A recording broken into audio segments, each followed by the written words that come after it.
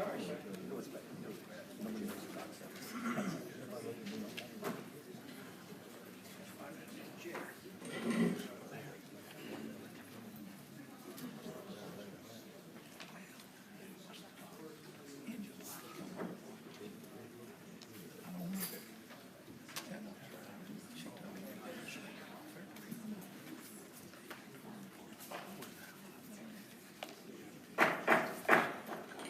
Call this September 18th Hoover City Council meeting to order. Welcome all of you here and all of you watching from home, all four of you.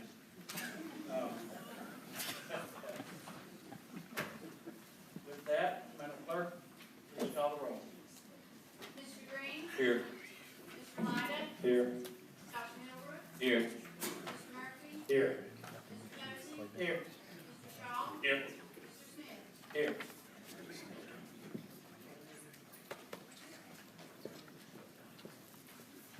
If everyone please stand, the clerk will provide the invitation and close the pledge.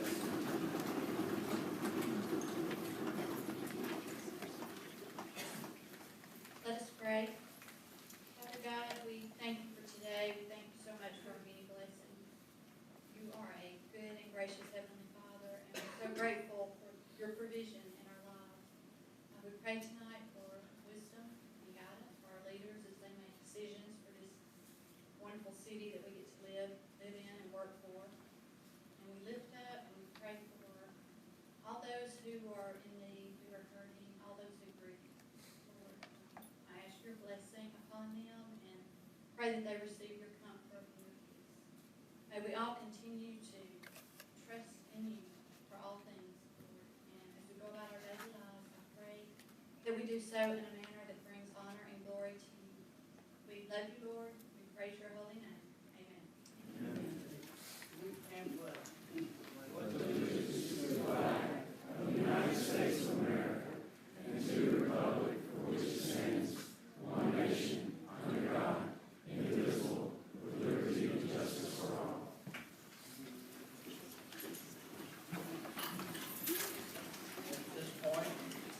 Open for a motion on the minutes.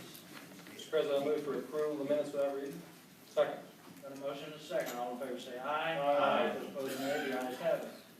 Mayor, we got some proclamating to do. First, we're going to have a Global Pulmonary Fibrosis Awareness Month. Whoever we have for that, if you come down and be with the mayor.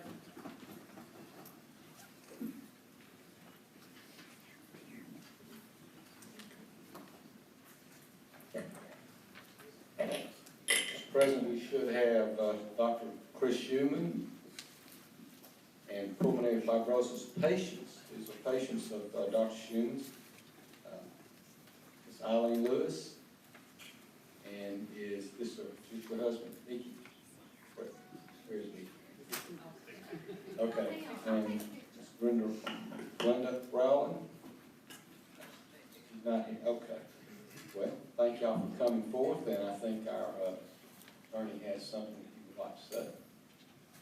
Whereas pulmonary fibrosis is a serious disease that creates scarring or fibrosis in the delicate lung tissue of affected patients, causing progressive, incurable lung disease, and whereas pulmonary fibrosis progresses quickly, often causing limited quality of life, disability, and or death within a few short years, and whereas in many cases there is no identified cause of pulmonary fibrosis, which is referred to as idiopathic pulmonary fibrosis, IPF, and about 200,000 people in the United States are estimated to be affected by IPF. And whereas pulmonary fibrosis is often misdiagnosed and underdiagnosed, and the need has been identified to increase wide-ranging awareness and detection of this imperceptible disorder.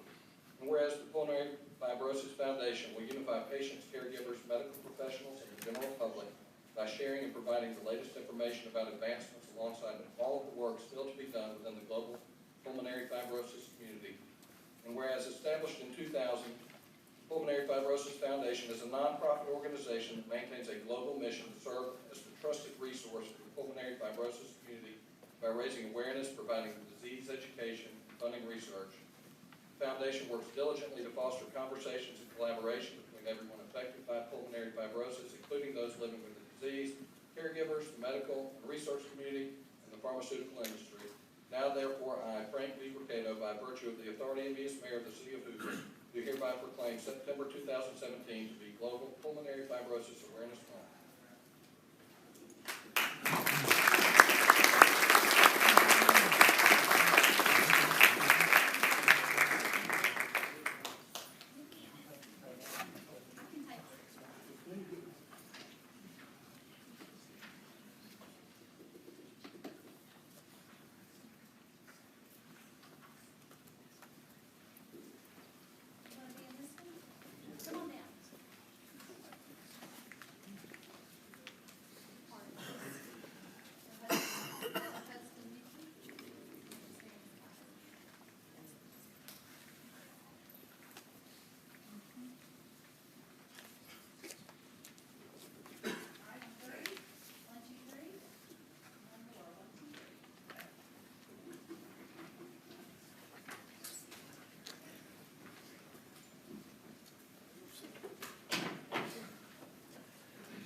Next, we have a proclamation of Jefferson County Department of Health 100th anniversary. Mr. Mayor. Dr. Mark Wilson. Hey, Val. Mr. Corley. Whereas landmark legislation of 1875 established an Alabama Department of Health, and 42 years later in 1917, the Jefferson County Department of Health began providing part-time health officers positions who maintain private practice and receive a small salary from the county or municipality they serve Jefferson County and its municipalities. Whereas in the early 1900s, great strides were made in improving sanitation, establishing well baby and prenatal care programs, and the first dental program. Whereas in 1922, the county's first health officer, Dr. Judson D. Dowling, against threats and harassment from local dairy operators, persevered with his campaign to promote the pasteurization of milk. And whereas in 1927, the statewide privy law was passed, and in 1956, the Jefferson County Board of Health adopted the first regulations in the state of Alabama addressing on-site sewage disposal, water supply, and the construction and operation of public bathing places and swimming pools. And whereas in 1972, the Jefferson County Department of Health began inspecting all establishments where food is prepared or sold to the public, including restaurants, school lunchrooms, food and milk processing plants, and mobile vendors. And whereas through innovative programs and with the use of evolving technology, the Jefferson County Department of Health has prevailed for 100 years in its mission to prevent disease and to assure access to quality health care, promote a healthy lifestyle, and a healthy environment, and protect against public health threats. Now therefore, I, Frank V. Mercado, Mayor of the City of Hoover, do hereby extend to the Jefferson County Department of Health, on behalf of the Hoover City Council and the citizens of the City of Hoover, sincere thanks and appreciation for their unwavering commitment to provide outstanding services and meet the needs of the community, and congratulate them on 100 years of creating and protecting a healthy environment for all.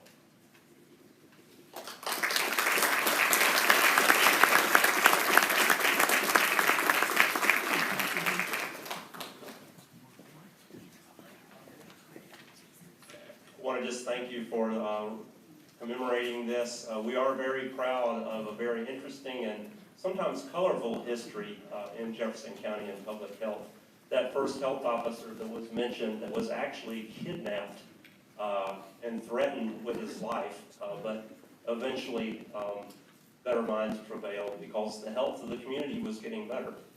So we have been partnering with the City of Hoover and look forward to partnering more to improve the health of our citizens. So thank you very much.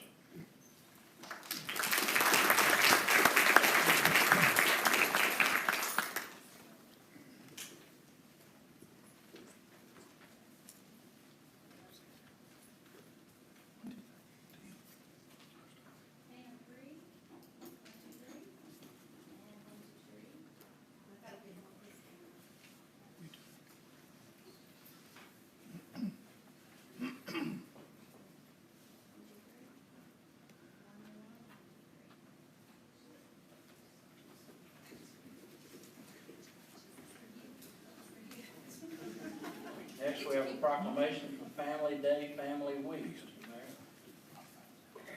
And we have Tim Holmes from Exchange Club of Shelby County and Jan Corbett from Drug Free Coalition of Shelby County. Either one.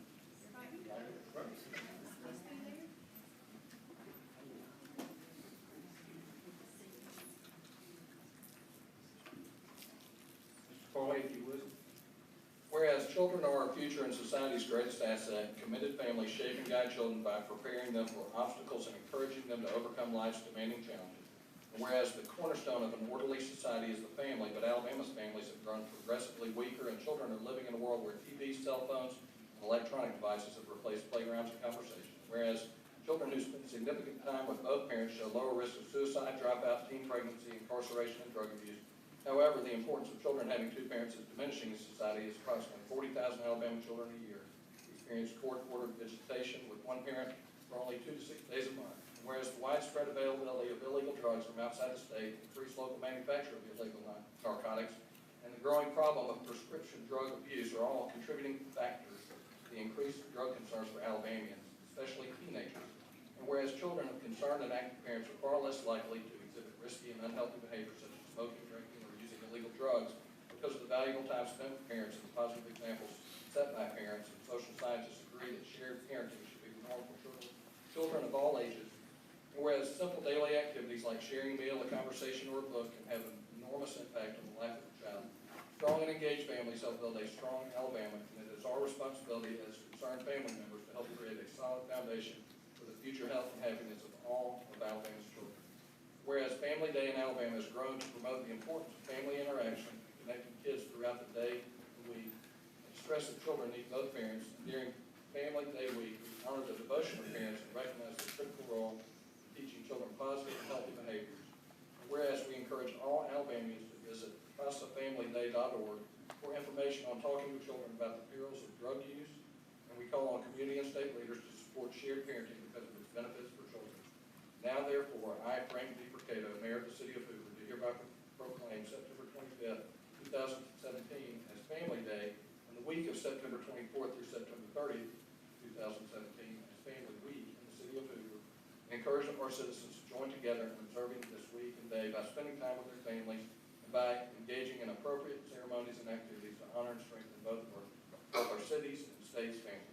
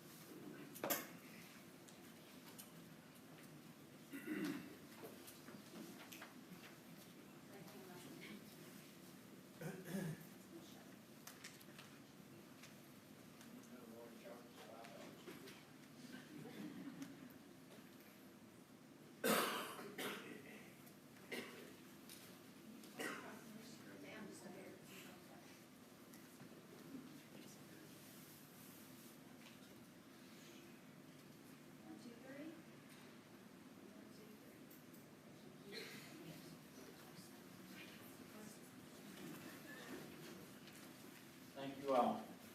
Next.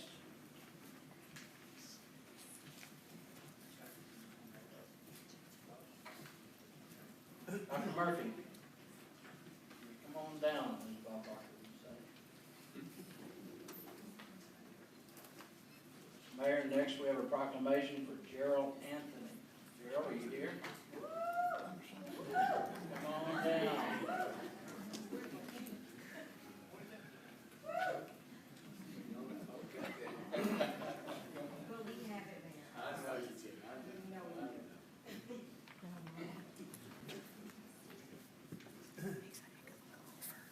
Corley, please. Whereas Curtis Jarrell Anthony II, son of Curtis and Brittany Anthony, discovered the sport of golf almost as soon as he began walking, and over the next few years he continued to learn and practice the game he has grown to love. And whereas by the age of 6, Jarrell was requesting to play 18 holes of golf on a regular basis with his dad, Curtis, and his game was improving at an astonishing rate. And whereas Jarrell soon joined the Titleist Performance Institute program at Oxmoor Valley, where his game has been taken to the next level thanks to excellent coaching provided by PGA professional Neil Thompson, Director of Instruction for the TPI program, special one-on-one training and coaching provided by Chip Thomas, Assistant Golf Professional at Graceland Country Club. And whereas in 2017, Jarrell set a goal to compete in the U.S. Kids Golf World Championship Tournament. To qualify for the tournament, Jarrell first completed in the U.S. Kids Golf Tour in Montgomery, Alabama, where he placed first in all 6 tournaments and won the tour championship boys 7-year-old division. And whereas the excellent scores achieved by Jarrell in the Montgomery tournaments qualified him to participate in the U.S. Kids Golf World Championship Tournament August 3rd through 5th, 2017 in Pinehurst, North Carolina. And whereas in this international tournament where over 50 countries were represented, on the final day of competition, Jarrell played the best round of his young career with a score of 39. And whereas another highlight of Jarrell's tournament experience was representing his hometown by presenting his fellow young golfers in places as distant as South Africa and New Zealand with the City of Hoover 50th anniversary commemorative coins. And whereas along with golf, Jarrell also enjoys flag football and basketball, but his dream is to compete in golf at the professional level one day. Now therefore, I, Frank D. Burcato, Mayor of the City of Hoover, on behalf of the Hoover City Council and the residents of the City of Hoover, do hereby present this proclamation to Curtis Jarrell Anthony II and extend our sincere congratulations for his outstanding golfing achievements in 2017 and wish him the best of luck in all his future endeavors.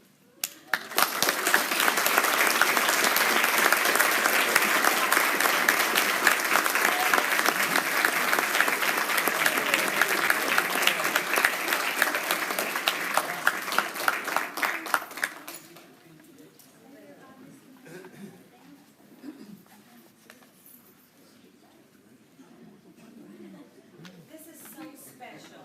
Please know.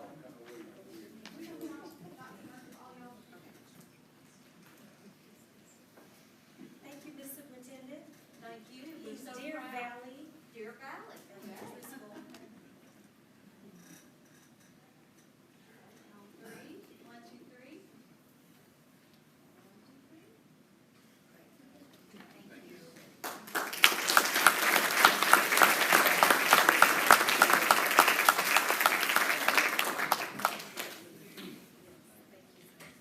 Gerald, the only time I could score 39 being putt putt. That's if the windmill don't get in the way. Next we have Nehemiah Reese. Yes, Nehemiah is coming. Dr. Murphy, you left too early. Yeah, one more famous by the day. Her dad Ronald was here, and Shanita, and her brother Ronald as well. Come up.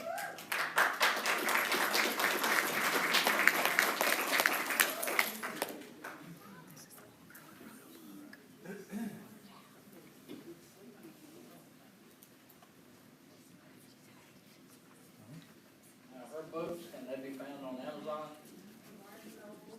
And Barnes and Noble? In your local bookstore? Shop local. Mr. Corley, please. Whereas Nehemiah Reese, at the age of 8 years old, published her first book in December 2016.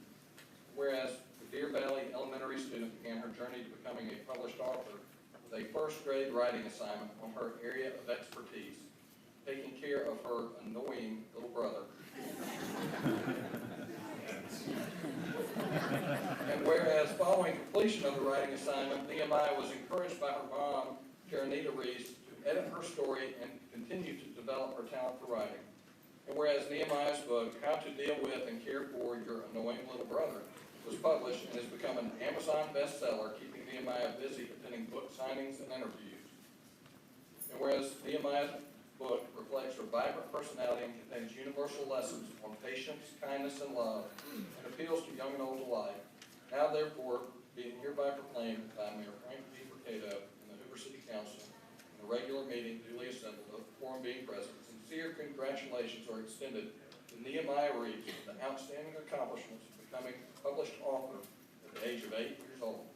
Best wishes and encouragement are also offered to Nehemiah in the hope that she will continue to follow her dreams and share her gift with others.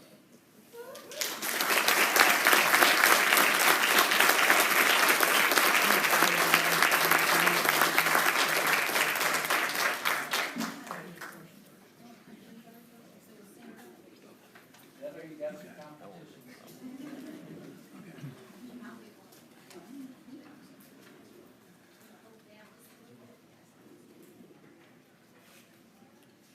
Okay, on 3, 1, 2, 3.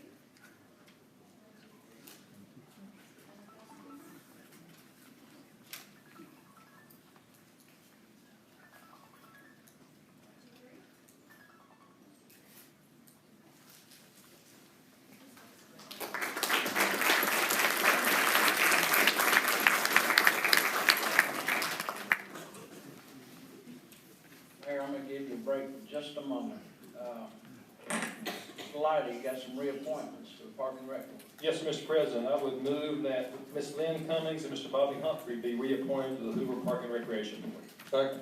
We have a motion and a second. Comments or questions from the council?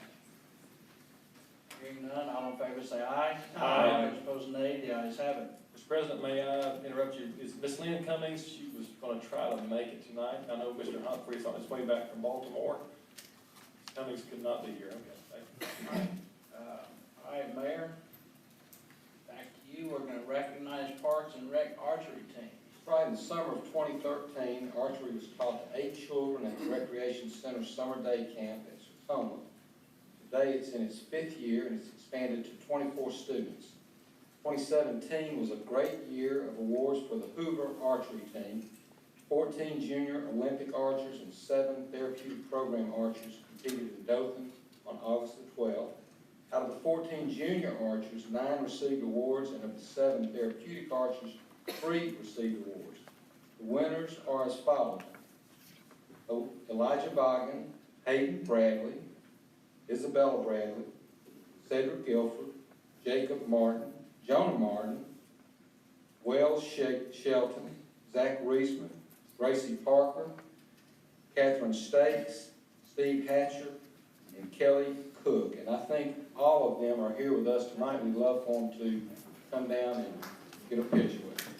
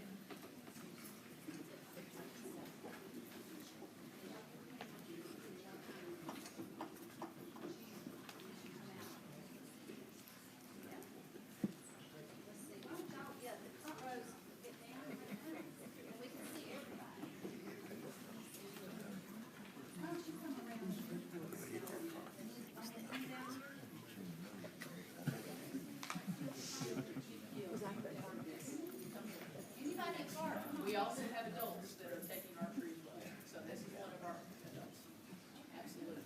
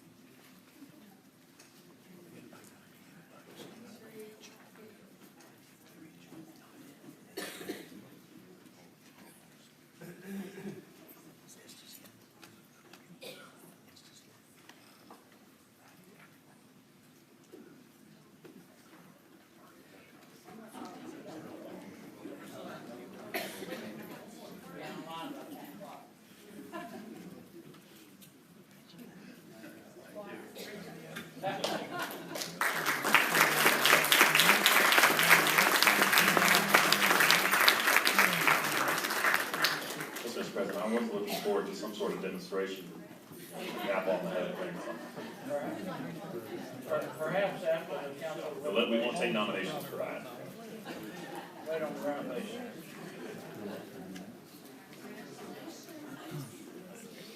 Let them work their way wherever they're headed. Mayor, I believe you got some employee recognitions. So small.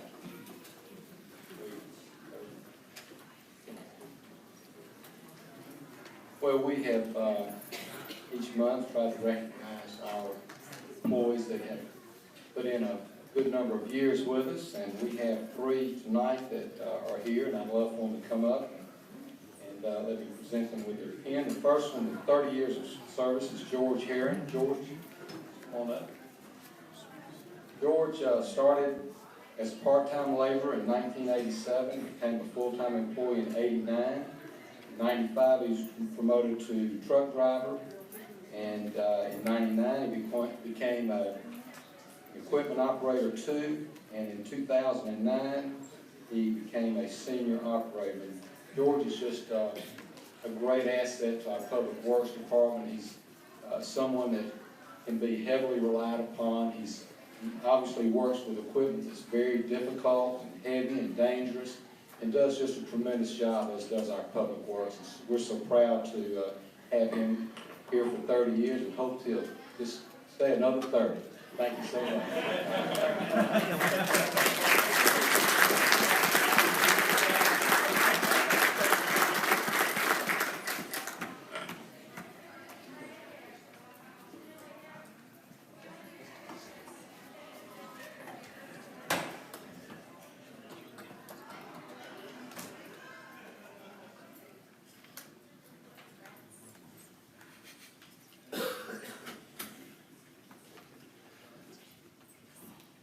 And next from Public Works is Alan Mays. Alan's here with his wife, Christy. Christy, please come down as well if you'd like. Alan was hired as a part-time laborer in 1992, and became a full-time employee in 94. He promoted to skilled laborer in 96, promoted to park foreman in 99, and became a Public Works supervisor in 2009. And Alan is just, he's a guy that leads, and that's why we've got him in a leadership position. And we all know what a wonderful Public Works department we have, and it's because of individuals like Alan, and he's a great guy to work with and to know, and he's just always on the job doing wonderful things for us, and there's no job too big for him. He'll take care of it, and we rely on him tremendously. Thank you so much for all that you've done for the city of Hoover.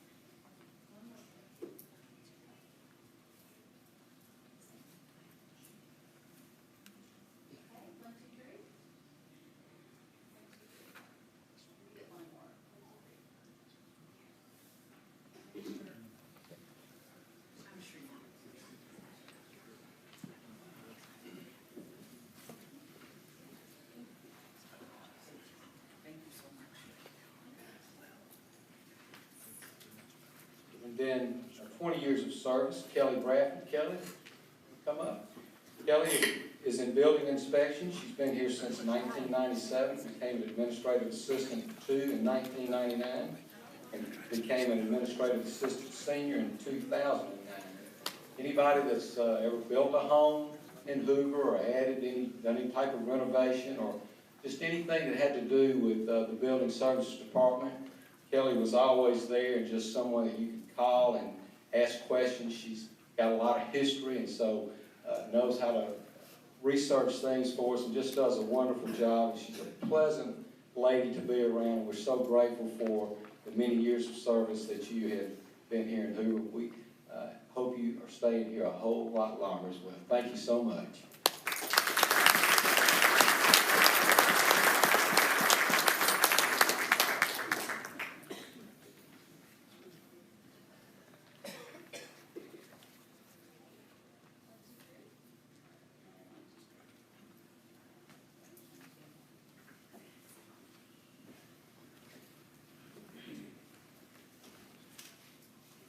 And then, something, a tradition that we started this under our administration here is to have Chief Durgis, anytime he has a new police officer that he's going to put on the street, we've asked him to bring them up and introduce them and do the swearing in. This, I tell you, it seems like every other day now. Chief, you want to come on? Yes, sir.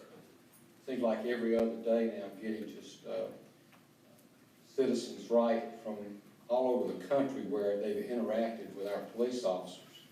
And some just act of kindness that the police officer randomly saw them or identified that they were struggling in some way. It might have been a flat tire, might have been out of gas, or just didn't know how to get from A to Z. And these folks are gracious enough that they go through the trouble of sending us an email or notifying the chief. And I'm just especially proud of our police department and what they do, and look forward to these two young men that are going to swear in tonight and to be part of our force as well. So, Chief, I'll turn it over to you.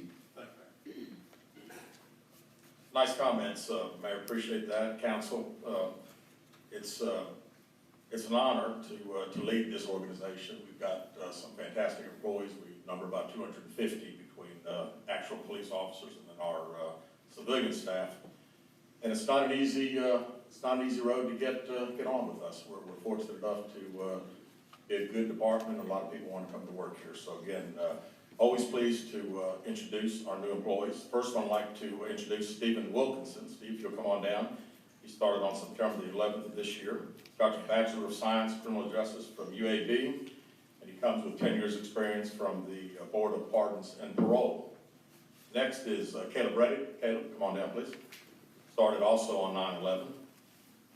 He's a graduate of Faulkner University with a degree in criminal justice, and he comes with 3 years experience. He was a police officer at Faulkner University and also with the Otay County Sheriff's Department. So again, two good guys started now and learning the Hoover way, and they're going to be great assets to us, and I will swear them in now. Thank you.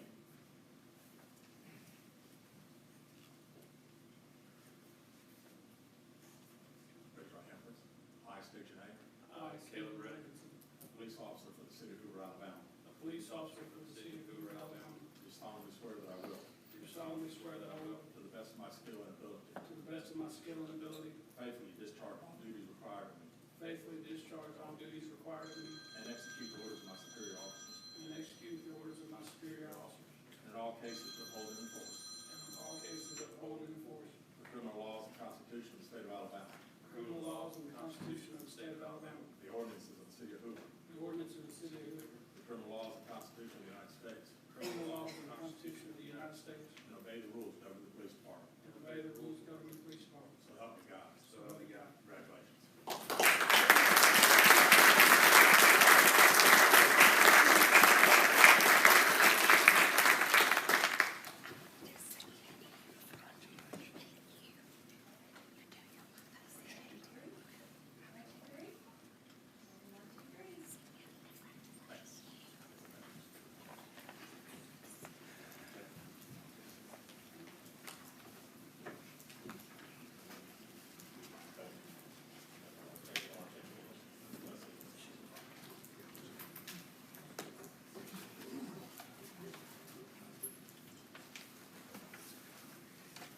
Mayor, we all proclamated and recognized. Yes, so we're going to go off script tonight. Could, I was under direct orders not to do what I'm about to do. But I figured, Please watch the door. if I did it, the gentleman couldn't fire me. So, we have an individual, this is his last night here tonight, as our planning chief extraordinaire, somebody that has been with our city for 40 years, came to us from the Birmingham Regional Planning Commission, worked on our City of Hoover comprehensive planning study, has witnessed unprecedented growth of the City of Hoover, and has just guided and directed everything that has been built or laid out in Hoover in the last 40 years. He's an incredible wealth of knowledge. He's a wonderful individual. You ever get mad, Bob? I've never seen you get mad. He delivers bad news to some of the gentlemen that may be back here tonight, developers. He delivers the worst news in the best possible way. They never get upset, and he never gets upset. He's just a fine gentleman, and we are honored and pleased that you have spent so many years with us. Grateful that you did, and I'm sorry that I went against your wishes there, but also your wife Deb and your son Blaine and daughter-in-law Jennifer and granddaughters Macy, Nora, Sophie, and Evelyn are here. You may not know that, but they are. And I'd ask them to come up. And Bob, if you come up for just a second.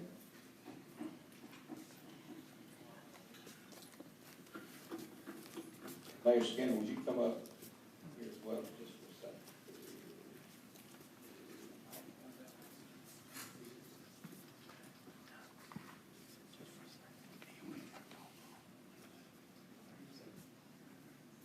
I thought Mr. Pate was here to complain about something. Bob, you'll be glad to know it's not a long presentation. In recognition of loyal and dedicated service honoring Bob House, thank you for your 40 years of outstanding service to the citizens of Hoover as our planning consultant, presented by Mayor Frank Rocade on the Hoover City Council, September 18, 2017. Thank you so much.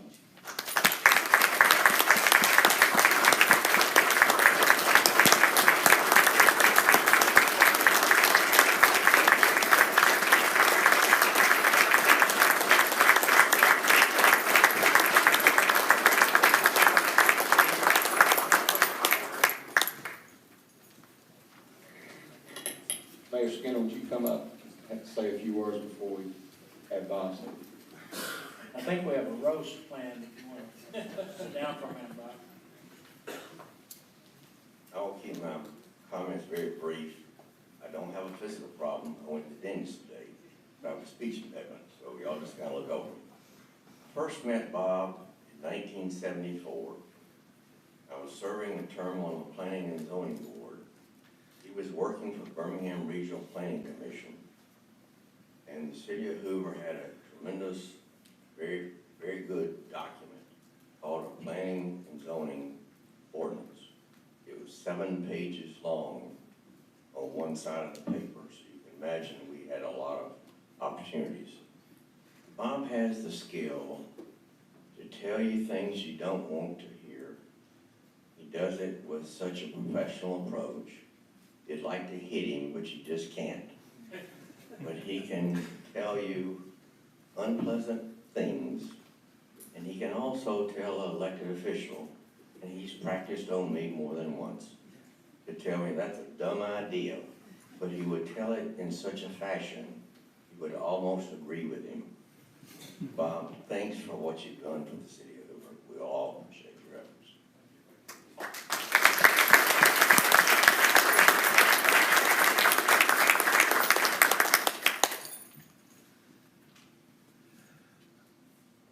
This is my last council meeting. I've been, spent many, many hours in this room. Like it's good to see you. Alan Pate in the back, who meant so much to me. He was between Mayor Skinner and Alan Pate. They were my bosses for most of the years I was here at different times, a little bit overlap. They kept me straight, kept me on track. The one thing I did want to say was to the city of Hoover. Thank you for the opportunity part of this team, this great team for so many years. It's been a privilege, and over those years I've tried to conduct myself accordingly. Thank you, City of Hoover. It means a lot for you all to be here, and families. They're going to keep you busy for quite a while. Thank you very much.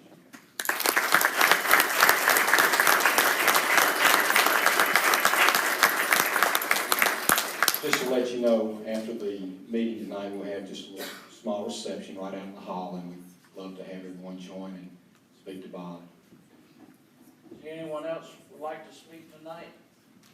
I'm gonna be here a while, so go ahead. Might be a pizza night.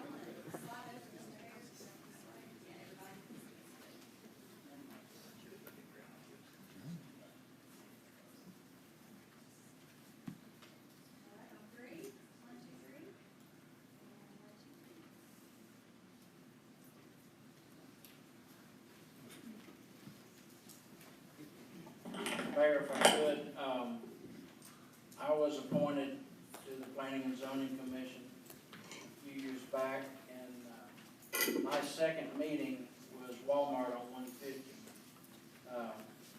Bob helped me through that one and many thereafter, and especially the years I've enjoyed being able to sit at this dais as well. Bob, we're gonna miss you. Mr. President, if I could take a moment, I too, Mr. House, want to thank you. No one taught me or will teach me more about zoning and planning than you did in the 4 years I served on the council and the planning commission with you. And Mr. Martin, with all due respect, there will never be another Bob House.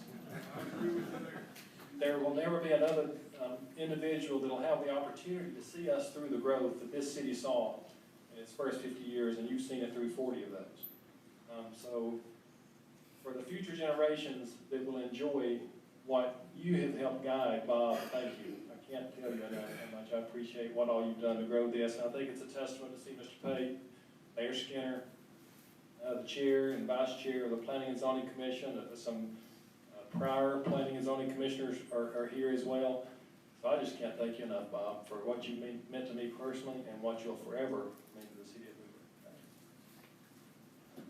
President, I would just say, one of the disadvantages of being elected this last time around is that we don't get the chance to, with folks like you and Mr. Pate retiring, we don't get a chance to work alongside y'all. Over the few months that we did get to, I think as I've served a term mayor, that was a great way to put it. Serving a term on planning and zoning, every time I called, every time I had a question, you're right there. You can answer. The wealth of knowledge that you have, and the experience, and the care and curation of that information is impressive, and the spirit of what you do is second to none. And I just appreciate you answering those stupid questions. I appreciate you answering many stupid questions of mine. So thank you very much. Bob, if you would, Mr. Martin is still a plea, so please don't change your number. Some of y'all may remember, I was about Mac's age when I started, so he's gonna do fine. I've got all the confidence in the world. He's all the tools, he's a good man. Just listen to him every now and then. Anything else from the audience? Anything else from the council? Mr. President. One second. Just one other piece of business I need to take care of. The council is going to have a special call meeting on September 28th, right after our work session. And it's going to be for the consideration and adoption of the next fiscal budget. Maybe another item or two that the administration may want to add, but that's going to give them notice for the evening. So come early or tune in to YouTube. What time we have that set? Okay. Well, no, it's 5 o'clock, so it's meeting will be thereafter. So everybody's been notified. Rosie, you started to say something. Yes, sir, Mr. President. I would like to, as one of the prevailing votes on a measure, our last regular meeting, our special call meeting, I'd like to recall resolution number 5653-17. Motion. Do we have a second? Second. There's several seconds. So we're going to recall resolutions 5653-17.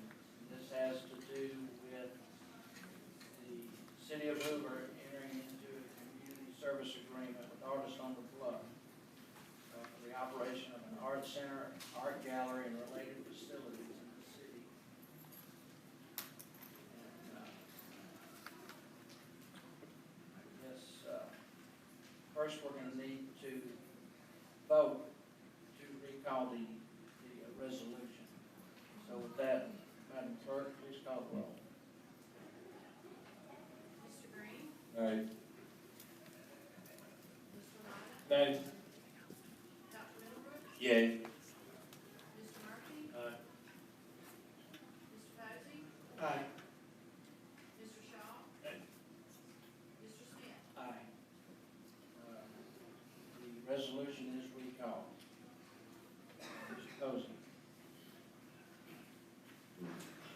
President, I move for the adoption of resolution number 5317. So moved. And we have a second. Mosey,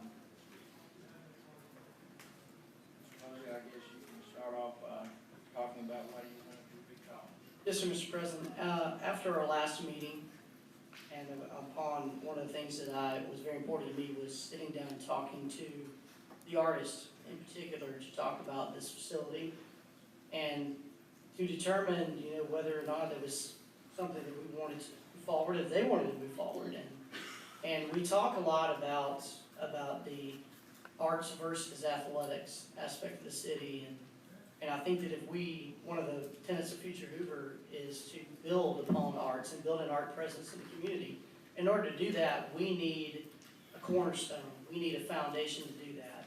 This program right here, with talking to these artists and talking to the people that they educate in this facility, and people like the Exceptional Foundation, that this means a lot to children to come to this facility and learn art and to have an outlet. So upon meeting with them, I thought this would be something we need to do, something we need to consider, and something we need to keep moving forward. As it was said at the Board of Education meeting, there's something that needs to be done. And the city has an opportunity to step in and help with this, and I think that we should do so.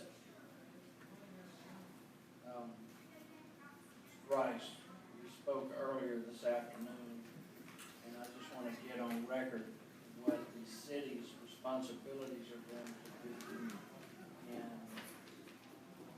structural repairs for the building. The city has already voted to lease. Yes, Mr. Smith.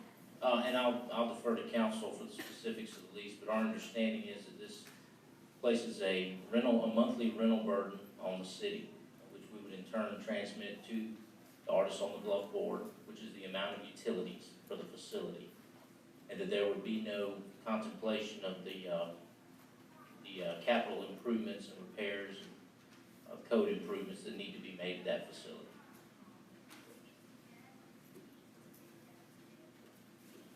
Or are you in agreement? Yes. You're in a position to read the resolution? Yes, this resolution authorizes a community service agreement with Artists on the Bluff for the purpose of operation of an art center, art gallery, and related facilities in the city. And it also authorizes a sublease with Artists on the Bluff on the terms attached to the city. Mosey, you and I met with tenants last week, and I understand, I don't know who is here representing the Artists on the Bluff Board of Directors, not the tenants, but the board, about making a payment to the school system to offset, not nearly enough, but something towards the utilities that have been incurred by the school system. Somebody get up and identify whether or not they agree, disagree, prefer not to talk about it. You're gonna need to come down, sir, because those at home, all four of those at home need to watch it. Say.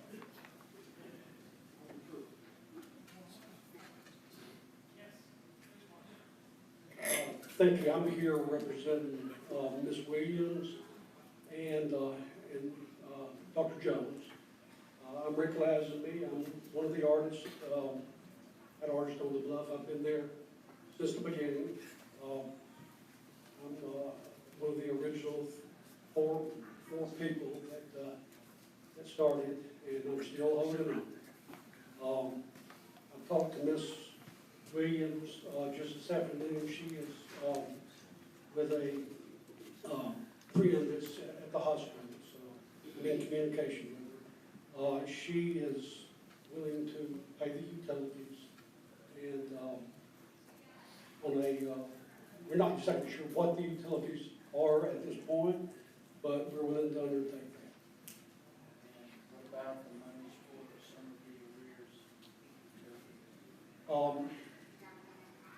Well, she didn't really talk to me about that, but I do know that we discussed a sizable amount just recently.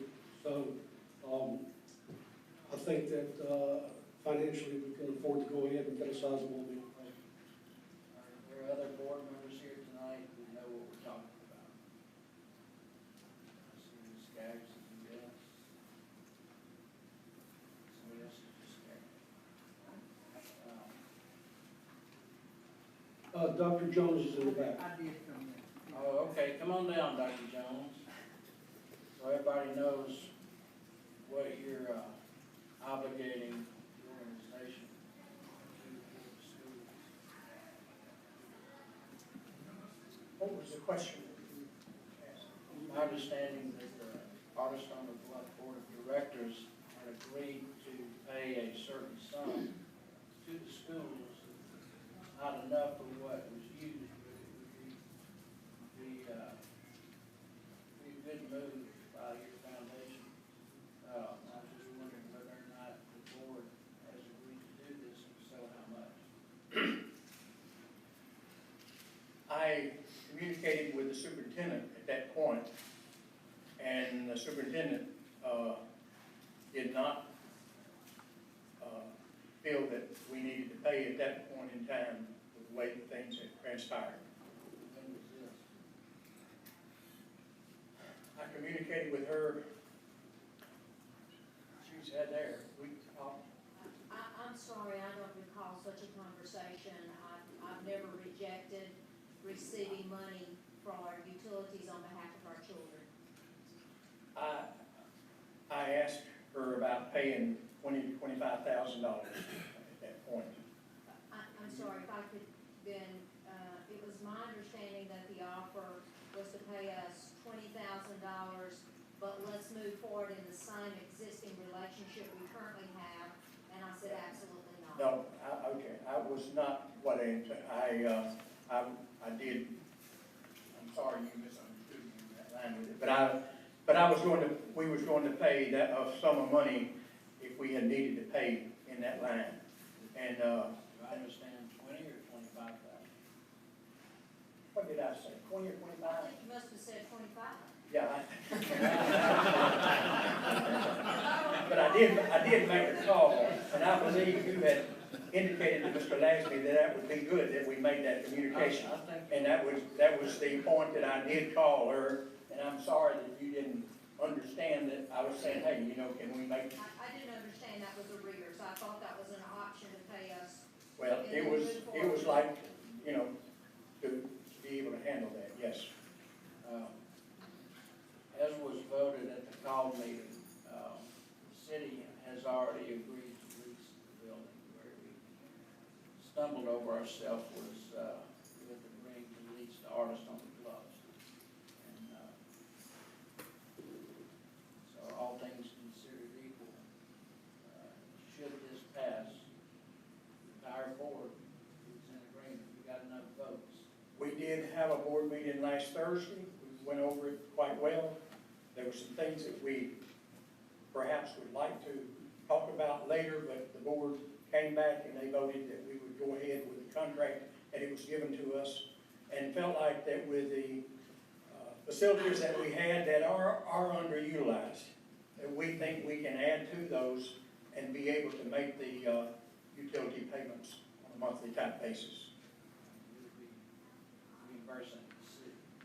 Yes, as I understand that, when the city would let us know, I assume that amount could vary from month to month, or there would be an average amount or something like this, some way to help us be able to ascertain the amount of money that we would need to be paying each month.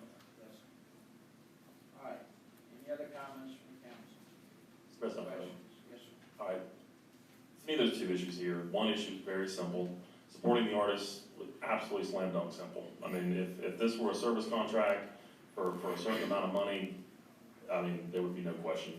I voted no for this the first time around, and barring some completely different information, I intend to vote no again.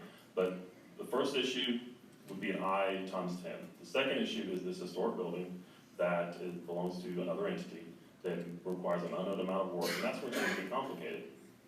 And you put these two together, and it gets even more complicated. And so I don't know how to put this any other way than I strongly support the arts. My son is an artist, my uncle's an artist, I have artists in my family. Arts are great, and supporting them, but supporting this, I don't know that this is the best way to do it. And I wish that we would kind of parcel these things out so that we could work out some of the details, but I still sense, even after tonight, some confusion as to what the unofficial agreement is, so. Mr. President, if I may? Yes, sir. I want to echo what Councilman Shaw said, that the statement Mr. Posey made about arts versus athletics seems to be somewhat not even germane to the conversation. We talk about a lot of subjects in here, but it seems like I only hear about arts versus athletics, and somehow that's always the mantra. Mr. Posey, if I can ask you a few questions since you brought it back up, who did you invite to your meeting this week? This week, Council President Smith and I met with artists. How much, I know they said that they would not share in the cost of the rehab of the building, but in your estimate, what's fair for a tenant to share to bring the building up to code, to get it in what we would consider a workable Hoover condition? We discussed the total amount, which is proposed about $4 million. And what? We talked about the possibility, we may need to increase revenue to help cover that. Okay, you can talk about increased revenue if you don't mind. That would be recruiting more to the facility, using more of the facility. And how much do you propose they share in the cost of that $1 to $4 million figure that's been estimated? Because the truth is, we don't know. Right. This council, a majority of this council voted a week ago to lease a building that we have no clue what it's going to cost to bring up to standard. So how much do you propose they share in that? That would be, the reason for this is to take it to 30 days to ascertain that cost. So you don't know? At that point in time, we would know. But you Well, don't we know don't know now. right now because we don't have a firm number. Okay, you don't know. Right, okay. We sat through 2 days of budget hearings last week, and you remember how much building services budgeted for maintenance of this particular building? $0. $0 have been budgeted in a $7.3 million deficit budget that the mayor has proposed to this council that be passed. Now, I understand that we're working on it, Mayor, and we're gonna get there, and I think it'll be balanced. But $0 have been budgeted to rehab a 100-year-old building this council has agreed to take on and put on the books, and to take on maintenance, and to put on the backs of the citizens of Hoover. $0. Mr. Posey, how much is insurance on that building? That is in the lease agreement. How much is it? I think we're both, what is it, 500,000? You have the number? They both are carrying. How much are we obligating the city to take on this agreement? The lease provides that the school board would maintain their insurance from the state if possible. If not, the city would be required to add it to their insurance policy. So there would be commercial general liability up to $5 million, or not less than $5 million. And then if the Board of Education is unable to maintain property insurance coverage, then the city would provide all risk coverage and replacement cost coverage endorsement on all lessee improvements. I guess at the end of the day, the citizens of Hoover want to know, how much is this going to cost us? Does anybody know? Waiting on hands. Mr. President, if I can. I'm not through, Mr. Mayor. We asked a question. I'm not through. I'm wondering, does anybody know the answer? You know the answer to the question, how much it's going to cost? Are you asking me to respond, or? You know, If I can't respond my way, then I'll be quiet until If you. you know a cost, I'll be happy to hear it, otherwise I'm not finished. No one knows a cost. I know in the dialogue a few minutes ago, we talked about there's not nearly enough but some. Can someone define what not nearly enough but some means?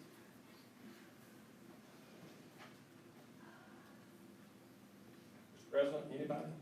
Mayor? Mr. Rice? Information I was going by, Mr. Leiter, was that it is the mayor's office's opinion that the city is not obligated to make any repairs to the structure. May I interject before?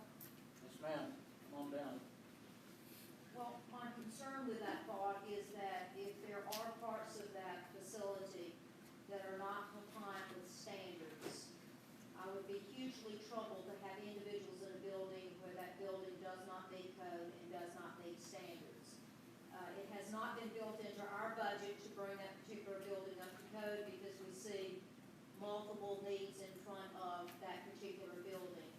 But I don't know that the school district would be willing to enter into a relationship where we understood that there was no bringing that building up to code, because it obviously leaves all of us liable at that point. Mr. Rice, could you speak to that?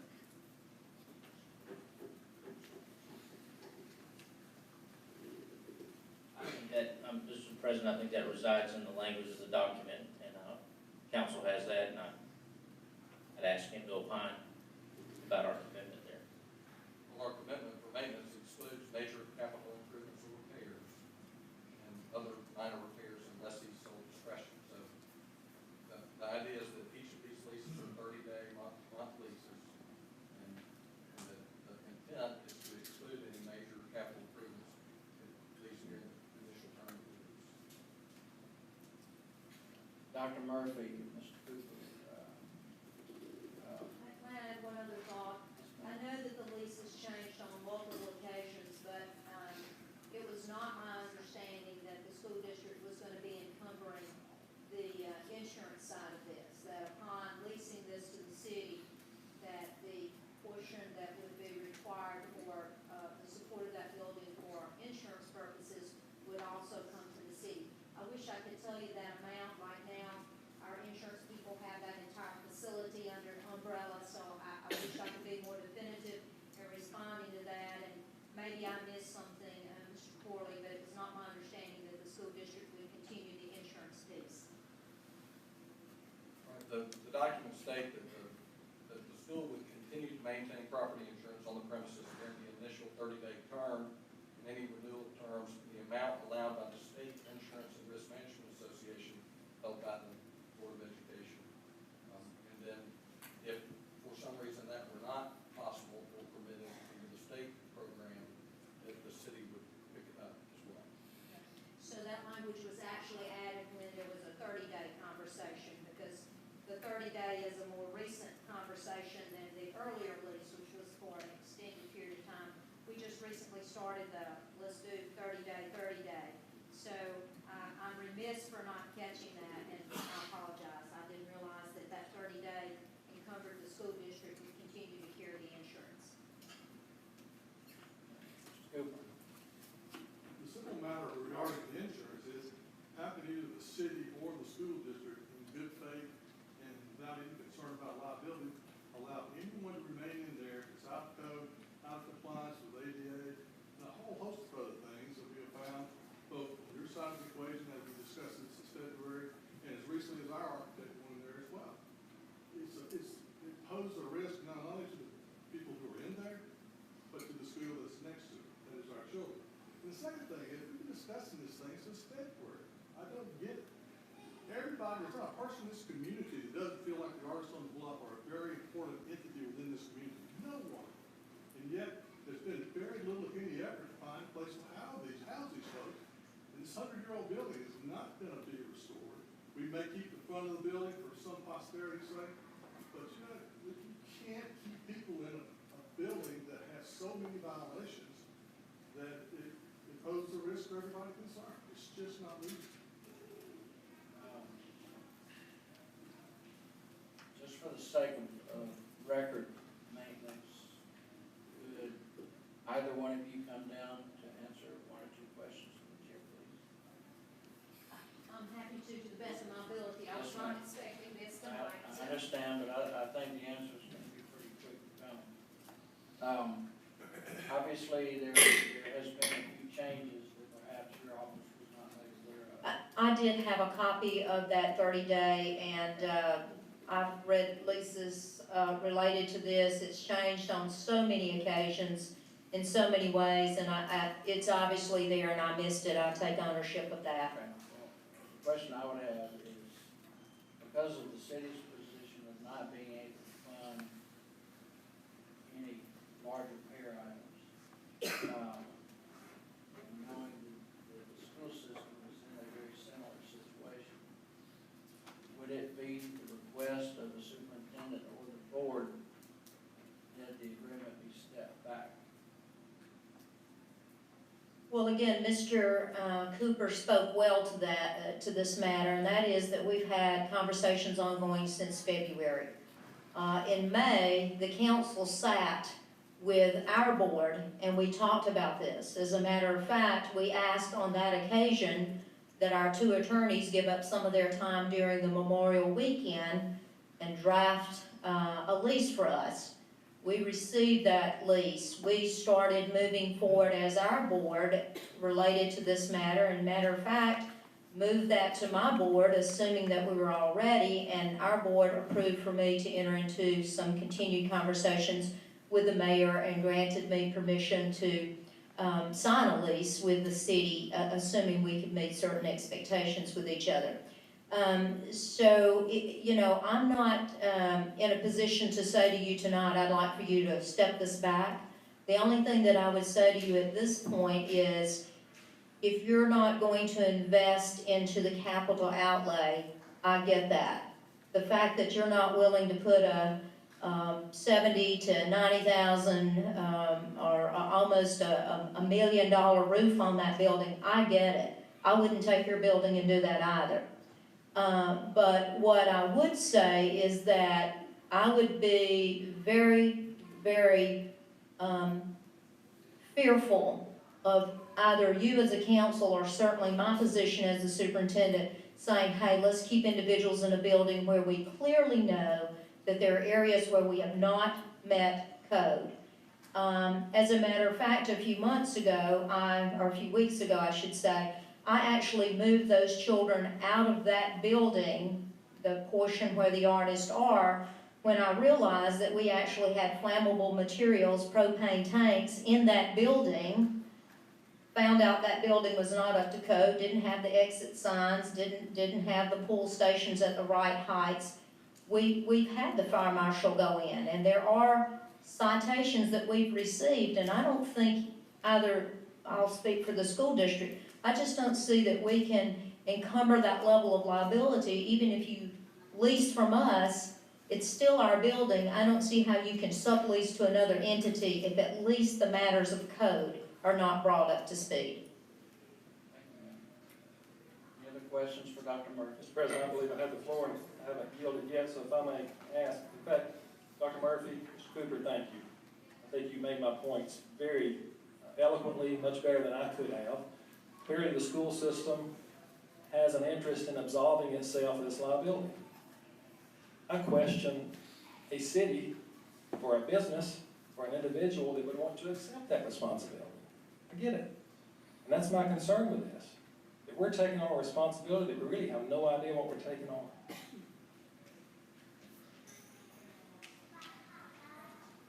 That's all I have, Mr. President. Mr. President. I believe Mr. Murphy was next. Just a short comment. I concur with our superintendent that this has been in discussion for quite some time now. I think the elephant in the room is everyone loves Artists on Bluff. And we love arts and wanted to continue to move down the road. But if it's being said that upon an old condition that anybody can stay in the building, the topic of discussion is where do we move the artists out of that location? I think a passionate conversation was trying to enter a 30-day approach to evaluate all those and see what we can do in that time frame. But continue to kick the can down the road. So I guess it'd be more definitive to know that if we're saying that no one can be in the building, and we value Artisan Love as a jewel, plus there was the Historical Society and many other things that are there, then what is the next option for our people moving forward? Thank you, Mr. President. That being said, I don't know that the city or the council can be involved with determining where they go any more than the Chamber of Commerce or anywhere else. Any comments from the audience? Yes, sir, come on down. Please give your name and address, please.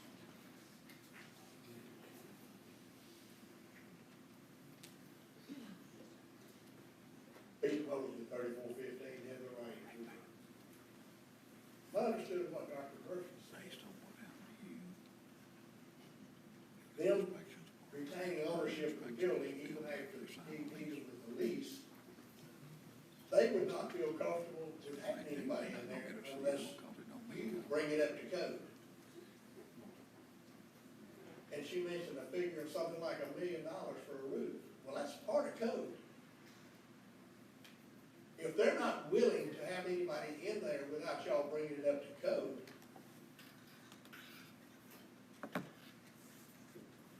it's a real problem. And you don't know what the other code violations are. I think, Mr. Posey said anywhere from $1 to $4 million. That's asking a whole lot of the citizens of Hoover to take on a 100-year-old building. And sometimes a building is not worth, even with its historical value. There are some things that are, I guess, beyond how much money you pour into something that is in that shape. And if Dr. Murphy and the school board are not willing to let somebody in there without it being brought up to code, it appears that maybe the lease that you agreed to the last meeting might have been leased prematurely without some of these questions asked. Just my thoughts. Thank you. Anyone else from the audience? Sure.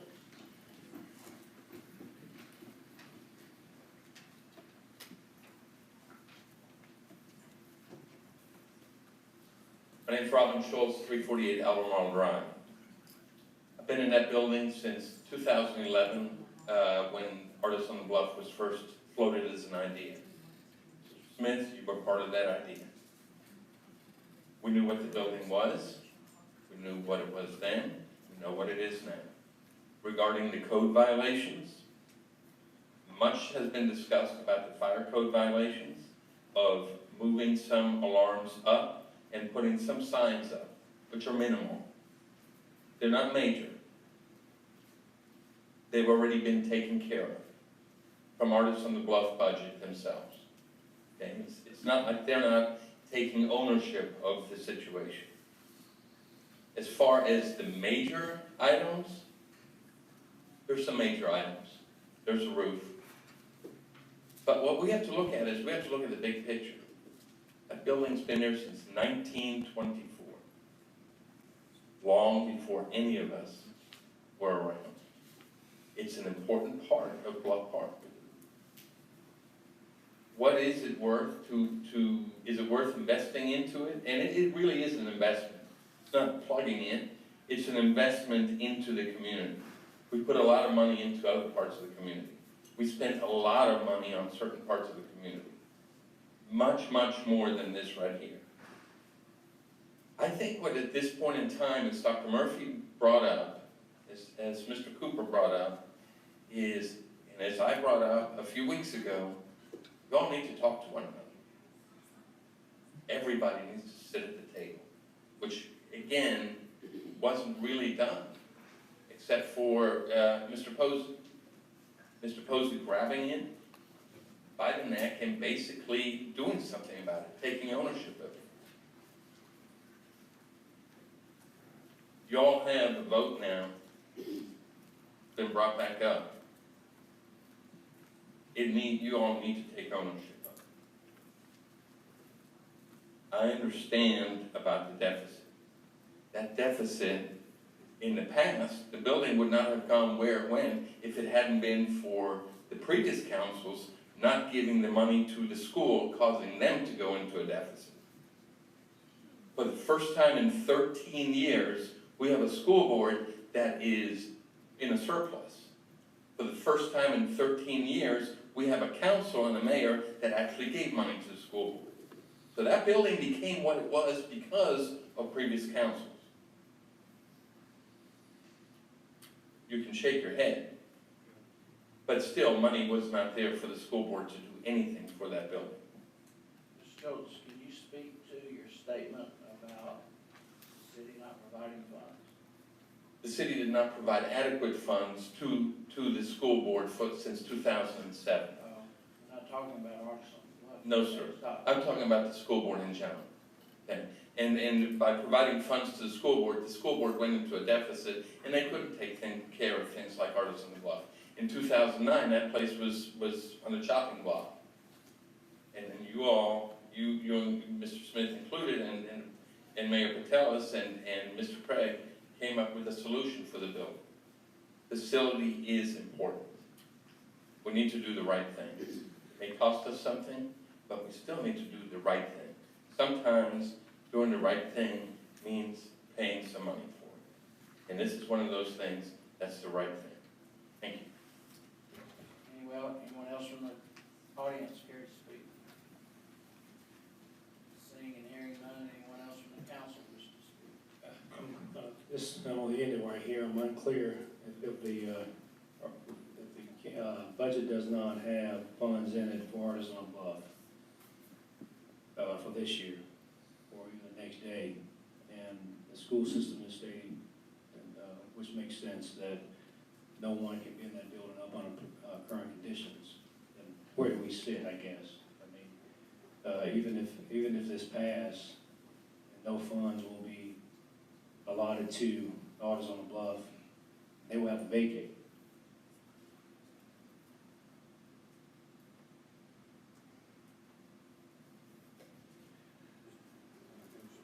I'm just trying to figure it out. I think that's the question of the night, Mr. Murphy. That was very well said, sir. Mr. Green? Mr. Smith, in my opinion, it is irresponsible to bring this issue to a vote, much less to approve it, without the council having full financial disclosure of what we would be obligating taxpayers to fund. I don't believe we have all that information. Anything else? Anything from the mayor's office? Mr. President, last week I spoke out negatively towards the Alabama State Department of Education. Asked for the resignation of the State Superintendent, Michael Sentence. I felt like the school board lost sight of the children in our schools, and instead was focused more on politics or inconsequential matters at the time. I get the feeling that we're doing the same here. This issue has gone on for far too long, and it's detracting Board of Education and the superintendent's primary focus on trivial city matters instead of the students at our schools. And I've been a vocal supporter of Artists on the Bluff since my time running in the election. As we've all stated up here, we're all supporters of the arts and Artists on the Bluff. But at this time, I feel like the money could be better spent on our children in schools, and I hope that the mayor's office and so forth will work on maybe a service agreement to relocate somewhere else. But at this time, I don't think I can support it. I've got a motion and a second. For that, I apologize, artists. Any comments or questions? May I ask a question? I need to come down to the podium.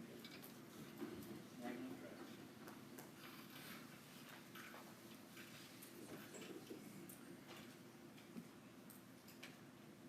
Darla Williamson, 2009 Craig Lane, and I'm one of the artists at Artists on the Block.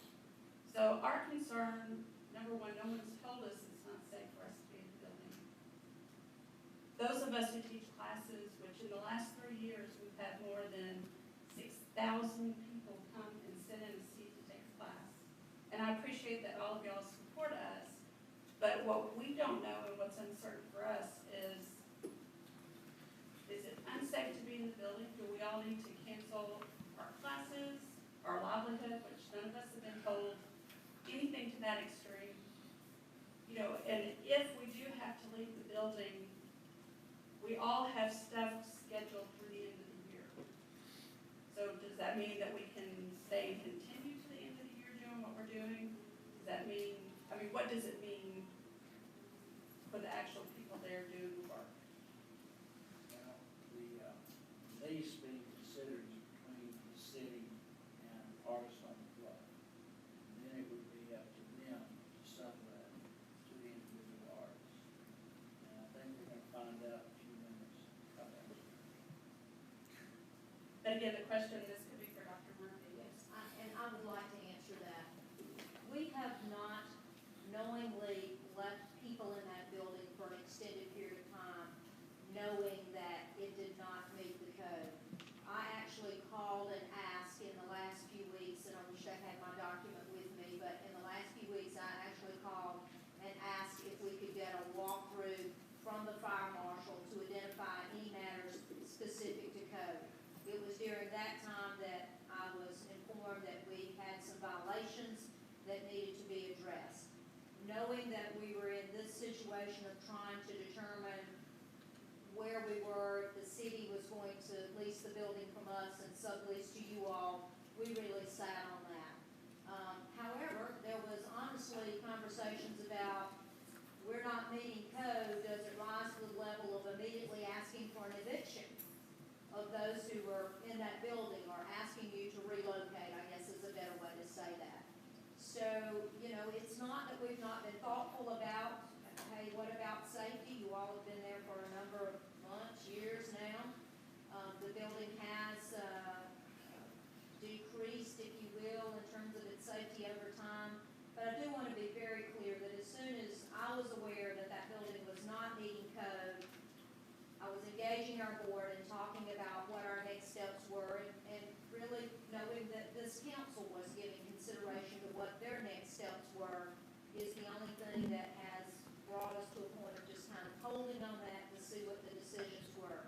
But I would be very clear and honest, even before these gentlemen take a vote, to say that assuming their vote is for you all not to be able to sublease with them, I don't believe our school district has an option other than to respectfully ask you all to relocate. Well, and the request, I think, from the artist would be to give us some time until the end of the year to make arrangements. Because while it's not a big business for Hoover, for us, it's our life. Sure. And I'm very respectful of that, and I would hope that maybe you all have some resources, according to Mr. Jones, you all have some financial wherewithal where you all might be able to bring some of those things up to code. I understood from Mr. Schultz, you all are very much on your way to bringing some of that up to code. Only to the extent that the fire marshal walks back to that building and assures all that that building's up to code, then we can determine a time frame for asking you to relocate. Let me address those code issues, because the fire marshal came through, did a walkthrough, and gave us a 2-page or 3-page type thing to do. Most of those issues dealt with closets that had the wrong kinds of things in them. We have taken the code that the items that he had put on the sheet that he left with us, and we have gone through, and we think we're ready for another walkthrough inspection. The only thing that we do not have up are the signs that needed to be the exit signs. That arrangement has been made. When I talked with Dr. Murphy, that was one of the questions that I was asking her at the time I was talking about the money was, you know, do we want to wait and see what happens before we spend the money? We're looking at around $2,500 to be able to get the exit signs in place. We're ready for another inspection. When we talk about the building not safe, I don't know what necessarily we're talking about, the code. We've never been asked anything and told what the problems were with the code. Nobody's ever come to the artist on the bluff and said, you know, these are the problems. We know we got a roof problem. That's the primary problem that we have. Nothing else that we're aware of that we can't meet ourselves. We've done the repairs. We put in the air conditioners. We've done the things in that line which we could probably maintain everything except the roof. The roof is a pretty big item. So that's kind of where we were. When we talk about an unsafe building and not meeting the code, I'm not sure what codes we're talking about at that point. Because if it's fire marshal codes, we're ready for another inspection tomorrow. It's gonna be, federal fire codes, state fire codes, it's gonna involve the roof, the plumbing, the wiring, well, any number of things. For me to be informed that for us to fix everything that needs to be fixed, to exceed $3 million, it's gonna be a lot more than I believe. Than a roof. Than the roof or the funding you have access to, fortunately. Okay. But that's kind of where we were thinking that a roof is what we really needed, and we should handle the other fire marshals locally if we come to. Mr. President, can I make a clarification on my statement? Yes, sir. I was in no way, saying that the school board or the superintendent were playing politics with our children. I was putting the onus back on us, the council. So if that was misconstrued, I apologize. No, not at all. And earlier you were talking about the state board of education. Yes, Not the that's correct.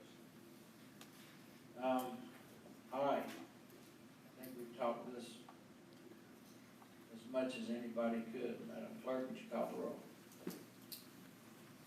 Mr. Green? Nay. Mr. Lyman? Nay. Dr. Middlebrooks? Nay. Mr. Murphy? Nay. Mr. Posey? Aye. Mr. Shaw? Nay. Mr. Smith? Nay. So this resolution has been turned down. We still have a building the city has agreed to lease, but nobody to lease it to. Suppose if you have a fix. Yes, sir, Mr. Smith, I move to, as a prevailing member of that vote, move to recall resolution number 565217. Second. We have a motion and a second. This is to reconsider, resolution 5652-17, which is, the lease between the city and the city schools. We've got a motion and a second. We're gonna need at least 4 votes to, bring it up. Madam Clerk, please call the roll. Mr. Green? This is just bring it up. This is just to bring it up. I have voted for. Yep. Nothing strikes right. Aye. Mr. Lyman? Aye. Dr. Middlebrooks? Aye. Mr. Murphy? Aye. Mr. Posey? Aye. Mr. Shaw? Aye. Mr. Smith? Aye. Okay, the council has agreed to bring the resolution 5652-17 up for reconsideration. I am now open for a motion. Mr. President, I move for the adoption of resolution number 565217. Now, the adoption means that we're going to lease. Correct. But we're not gonna have everybody lease it. I'll second that. Sorry? We can vote no. Okay. I'll All right, second. we've got a motion and a second to adopt 5652 once again. Mr. President. Yes, sir. We need that to be read again. Mr. Thorley? Yes, this is a motion to reconsider Resolution 565217, which authorizes the mayor to execute a lease for the property located at 571 Park Avenue, Hoover, Alabama, in the Old Bluff Park Elementary School building for the purpose of a public cultural facility as an art center, art gallery, and related facility. All right, an aye vote will be to keep the lease, and nay vote would be to reject the lease. Correct. Correct. It's a complete reconsideration of that motion. So All right. Any comments or questions from the council? Madam Clerk, please call the roll. Mr. Green? Aye. Mr. Lyman? Nay. Dr. Middlebrooks? Nay. Mr. Murphy? Nay. Mr. Posey? Nay. Mr. Shaw? Nay. Mr. Smith? Nay. Thus, the lease does not carry forward, Dr. Clerk. Thank you.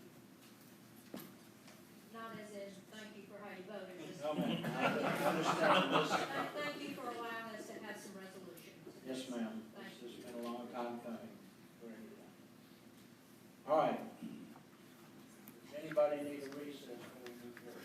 No. All right, we're gonna move on. We have item number 6, resolution 5654-17, Mr. Corley. This resolution amends the budget for fiscal year ending 9/30/17 for the items set forth on the budget amendment attached to the resolution. Mr. President, I move for approval of resolution 5654-17. Second. Motion is second. For those that weren't here Thursday, can Dr. Lopez give us about a 20-second synopsis?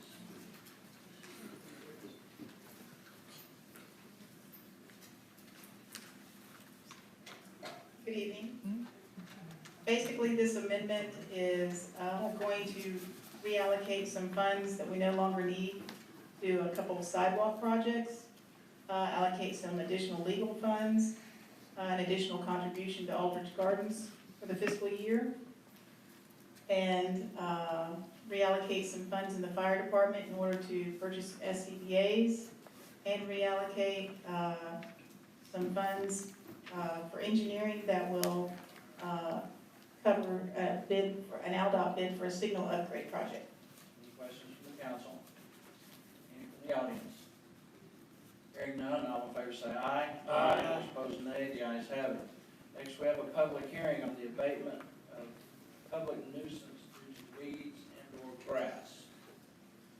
Who's going to handle that for us this evening? Wyatt, Mac. We got 2 Macs here. Point of order. Read the resolution, get a motion. That probably would. So, resolution 5517 declares the following properties located in the city of Hoover as nuisances due to the weeds and/or high grass that are on 3256 Mockingbird Lane and 3400 Lock Ridge Drive. The abatement of such weeds and high grass by the city of Hoover is ordered as provided under Alabama law. Motion. Mr. President, I move for approval of resolution 5655-17. Second. Motion second, Mr. Mack. Yes, we had 2 properties to abate. I think one of them was Camaro Lane. I don't see Lockridge on here. Yeah, Lockridge was already abated. Okay, well, let's see, we had 3 that were stricken, so 3256 Mockingbird Lane and 2105 Camaro Lane, Hoover, Alabama. Yes, sir. And both of those properties, this is the second hearing. Y'all are voting for abatement this evening. Both houses are vacant. The one on Mockingbird Lane has been before y'all. The city's actually cut it 3 times before. So this is ongoing. It's a case, the owners passed away, nobody's taking ownership of it, and it's bad shape. The one on Camaro is also vacant. All right, any questions from the council? Any from the audience? Anyone care to speak? Mr. Corley, are we keeping up with these properties that are repeat offenders with our liens? That's correct. We collect these liens to be filed later in the year. Thank you, sir. Thank you, sir. Not hearing any comments from the council or the audience, all in favor say aye. Aye. Those opposed, nay. The ayes have it. Item number 8, resolution 5656-17. This resolution declares the following properties located in the city of Hoover as nuisances due to weeds and/or high grass that are on. 5 properties. At 1017 Bridgewater Park Drive, 3515 Lorna Ridge Drive, 1128 Regent Drive, 3089 Whispering Pine Circle, and 6709 Winchester Lane, Hoover, Alabama. The abatement of such weeds and high grass by the city of Hoover is ordered as provided under Alabama law. Matt. Yes, sir. All 5 properties have been cut by the owner for today's meeting, and it met my satisfaction and can be removed if it's satisfied. So we went 5 for 5 on that. So you would like a motion to withdraw? Yes, all 5 can be withdrawn. Mr. Lytle, would you like to adjust your motion? Yes, sir, I move for the withdrawal of resolution 5656-17. Second. Motion and a second. Any questions from the council, the audience? All in favor say aye. Aye. Those opposed, nay. The ayes have it. Next, Ben, we got item 9, which are resolutions authorizing the mayor or his designee to sign the agreements with Charter Communications. Corley, we've got items A, B, and C that I would like to vote together. You would please read the resolution.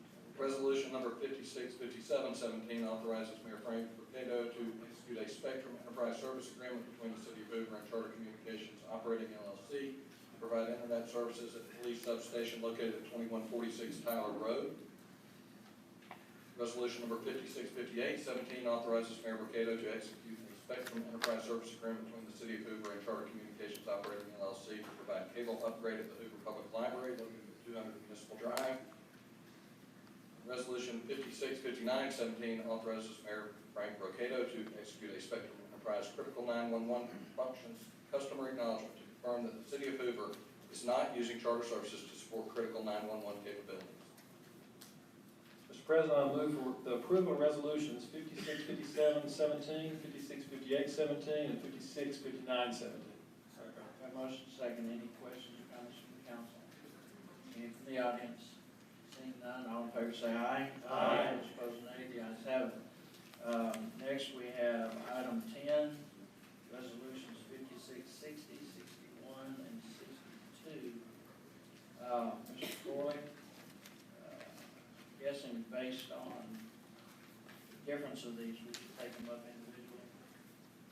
I think they should be voted together. Call the chair. I will let it be based on the motion. Corley, if you would read resolutions 56, 60, 61, and 62. Resolution 566017 authorizes the approval of the City of Hoover investment policy statement dated September 18, 2017. Mr. President, I would prefer to take these separately if it's the will of the chair. I would move for approval of resolution 566017. I would amend the policy to also include on the investment committee the vice chair of the finance committee and the mayor. Of course, those two positions are currently held by Councilman Posey and Mayor Mercado, but I would ask that the policy be amended to include those two positions so that it carry forth from council to council. Second. Corley, do we need to vote the amendment, or can we vote this straight resolution? No, that's part of the motion to approve. Right. Motion second. Any comments from the council? Questions from the audience? Mr. Smith, I'm Dr. sorry. Middlebrooks. Councilman Lyon, can you explain the reason behind that amendment? Yes, sir. Dr. Middlebrooks, that's a good question. I should have done that initially. The current resolution included a 5-member committee, and it was a recommendation that we include 7 members, just to make it, number one, easier to get a quorum, and number two, 3 to 5. I'm sorry, thank you. It moved it from 3 to 5, Dr. Middlebrooks. So number one, to make it easier to establish a quorum to actually meet, and number two, to have a greater representation from both the council and the executive branch when you do meet. Thank you. You're welcome. Any other questions? From the audience? Seeing and hearing none, all in favor say aye. Aye. Those opposed, nay. The ayes have it. Mr. Corley, resolution 566117. This resolution authorizes Mayor Frank Mercado to execute an agreement with Regions Bank to serve as custodian for the Hoover Investment Fund. Mr. President, I move for approval of resolution 566117. Second. Got a motion and a second. Mr. Corley, the resolution itself did not speak to the fees. We spoke to this earlier, if you could. Right, the agreement that was provided includes a core basis point fee is the fee to the custodian. And that's going to equate to about how much? No figure. Total amount in the account, but the basis point is 1/100%. I think we did the math earlier and it came out to be $40,000 based on the 100 committee. Which that would adjust up and down based on how much. Ms. Jagger, how much do we have currently out there right now? 90 million, I was close. All right, any questions or comments from the council? Any audience? Hearing, seeing none, all in favor say aye. Aye. Those opposed, nay. The ayes have it. Mr. Corley, resolution 566217. Resolution number 566217 authorizes Mayor Frank V. Mercado to execute an investment advisory services agreement with Porter White Investment Advisors, Inc. Mr. President, I approve for resolution 566217 17, and I believe there will be some discussion on that, and we may need an amendment to the resolution. All right, we have a motion, second. Any comments or questions from the council? Mr. President, I have had a conversation with Mr. Rice in the mayor's office about the fees being charged by Porter White. I don't think there's any question about the resume of this firm and their ability to what they can bring to the city. I did have a question about the fees, and I think Mr. Rice may be willing to offer an amendment to that agreement.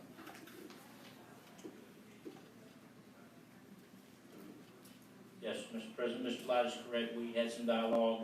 The hourly rate is the same that's in previous work that we've engaged Porter White to do for us. We just all feel like we probably need to close the back door on this agreement and establish a cap. And so what we're proposing is the amount of money that would equate to, roughly equate to 8 hours of use per month for an entire year. So 96 hours, I'm gonna round up a little bit, but that would put us at $45,000. We really don't anticipate that rate of usage. If we did find ourselves burning hours at a faster rate, we would come back to this body for further approval. Did that meet? Okay, thank you, Mr. Rice. So do we have a adjustment in the motion? Mr. President, I would move for the approval of resolution 566217 to put an annual cap of an annual spend of $50,000 to Porter White. Second. Have a motion, second. Any comments or questions from the council? Any from the audience? Seeing and hearing none, all in favor say aye. Aye. Those opposed, nay. The ayes have it. Item 11, resolution 5663-17, Mr. Ford. This resolution authorizes Mayor Frank V. Mercado to execute a reimbursable agreement with the Birmingham Water Works Board for ALDOT project number ACAA 59425-ATRP 005. Intersection improvements on CR2, County Road 2, South Shades Crest Road, and Eden Ridge Drive, Shades Run Circle, to relocate a 6-inch water main. Mr. President, I move for approval of resolution 566317. Second. A motion, second. Mr. Doyle, you sure you couldn't be more specific? Any comments or questions from the council? Any from the audience? Hearing, seeing none, all in favor say aye. Aye. Those opposed, nay. The ayes have it. Item 12, resolution 5664-17, Mr. Corley.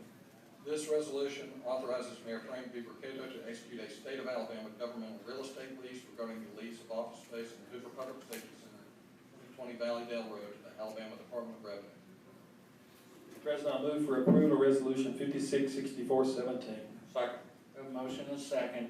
Just for the record, this is a lease renewal. They already occupy the space. Any comments or questions from the council? Any from the audience? Seeing and hearing none, all in favor say aye. Aye. Those opposed, nay. The ayes have it. Item 13, resolution 5665-17, Mr. Corley. This resolution authorizes Mayor Frank V. Mercado to execute an assignment of benefits agreement with BCS Insurance Company and Blue Cross Blue Shield of Alabama, as well as in a BCS Insurance Company's schedule for stop loss insurance. Mr. President, I move to approve resolution number 566517. Second. Motion and second. Any comments or questions from the council? Any from the audience?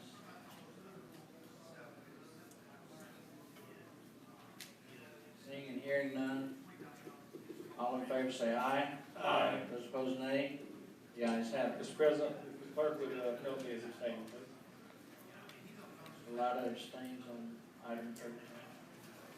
Item 14, resolution 5666-17, Mr. Corley. Request for proposals for Christmas holiday decorating services, RFP number 17-022, were sent to 4 vendors listed on the City of Hoover vendor list. And a request for proposal was also posted on the city's website. Proposals received were opened on Friday, September 1st, 2017. 3 proposals were received, and the proposal from Holiday Lights and Design in the amount of $47,205.75. Best meets the criteria established as a basis for the award. This resolution accepts this proposal and authorizes the mayor to execute a contract with Holiday Lights and Design work to be performed. Mr. President, I move for approval of resolution 566617. Second. Got a motion second. Any comments or questions from the council? Any from the audience? Seeing and hearing none, all in favor say aye. Aye. Those opposed, nay. The ayes have it. Item 15, resolution 5667-17, Mr. Corley. This resolution authorizes Mayor Frank D. Mercado to execute a third amendment to the city's management agreement with Aldrich Gardens dated November 20th, 1998. This amendment provides that the annual management fee to Aldrich Gardens shall be $350,000. Mr. President, I move for approval of resolution 566717. Second. We have a motion and a second. Dr. Lopez, this is just the addition of 50,000. We've already divided 300. That's correct. Right, he says that is correct. Any other questions or comments from the President, does this amend the current budgeted amount next year to be 350,000, or are we staying at 300?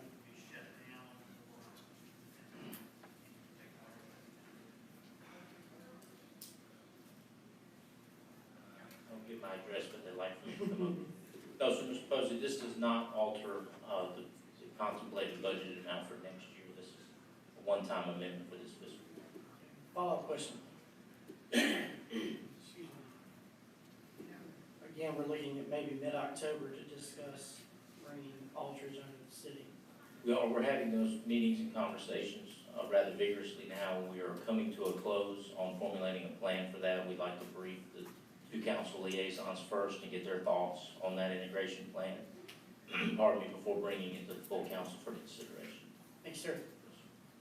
Any other questions or comments from the council? Any from the audience? Seeing and hearing none, all in favor say aye. Aye. Those opposed, nay. The ayes have it. Item 16, resolution 5668, 17, Mr. Corley.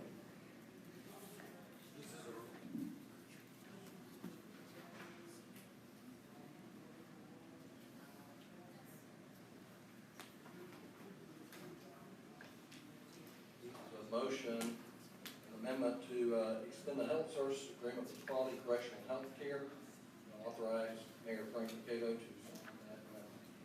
Mr. President, I move for the approval of resolution 566817. Second. A motion second. Chief Joseph explained on Thursday that this is just a renewal option with an existing contract. Any comments or questions from the council? Any from the audience? Seeing and hearing none, all in favor say aye. Aye. Those opposed, nay. The ayes have it. Next, we have item 17, which are change orders for the Finley Center. We have bid package 1A, change order number 2. We also have change order number 2 for bid package 1C, change order number 2, bid package 1D. We went into great detail last Thursday. You can go over it some tonight, or you can go back and look on YouTube.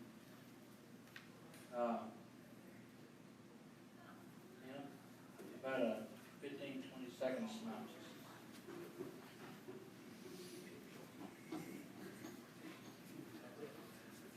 Walk too slow. Yes, sir, Mr. Smith. These are the closeout change orders for 3 contracts, 3 out of the 4 contracts for the Finley Center. The 4th contract has already been closed out. So for the 1A package, Dunn Construction, the change order request is $14,350.99, which equates to about a 0.4% increase in the contract amount. 1C package, MJ Harris, the change order request is $354,052.35, which equates to a 1.8% change order request. And the 1D package, CS Beatty, is for $147,492.70, a 3.8% increase in the contract amount.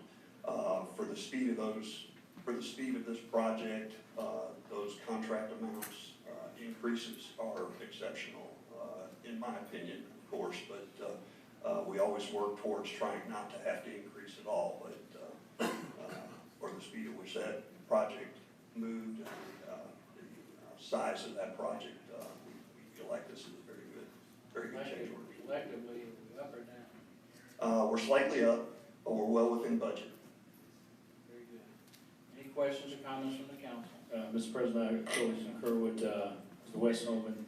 Just one addition to make, Mr. Westhoven, you can add a line item with the percentages on chain on moving forward. Yes, sir. I hope you got. You got an updated copy? Did you get it? I did not, but I was hoping that you you got a copy of our spreadsheet that I Okay, sent out okay, that had those percentages on it. okay. But only any change orders on any project moving forward to that. We'll get that line Thank you, item thank you added. so much. Absolutely. Any other comments or questions from the council? Any from the audience? Seeing and hearing none, we're gonna vote this as a group. We have a motion and a second. Actually, we do not have a motion. I was kind of fudging. Okay. May I make Was one? that fudging? Mr. President, I move for the approval of change order number 2 for bid package 1A, 1C, and 1D. Second. We have a motion and a second. Once again, any questions, comments from the council or the audience? Seeing and hearing none, all in favor say aye. Aye. Opposed, nay. The ayes have it. Item 18 is the second reading of ordinance 17-2350. Mr. Forley. This ordinance approves the annexation of Phase 6, approximately 2 acres of the total 211 acres of Fleming parcels 1 and 2, currently located adjacent to and part of the Trace Crossings Planned Unit Development. Mr. President, I move for adoption of ordinance 17-2350. Second. We have a motion and a second. Mr. Johnson, this is the final vote on these properties? This will include all the property. This will include all the property, there may be an additional 108-day method that we just to close, make sure the loops are closed. Okay.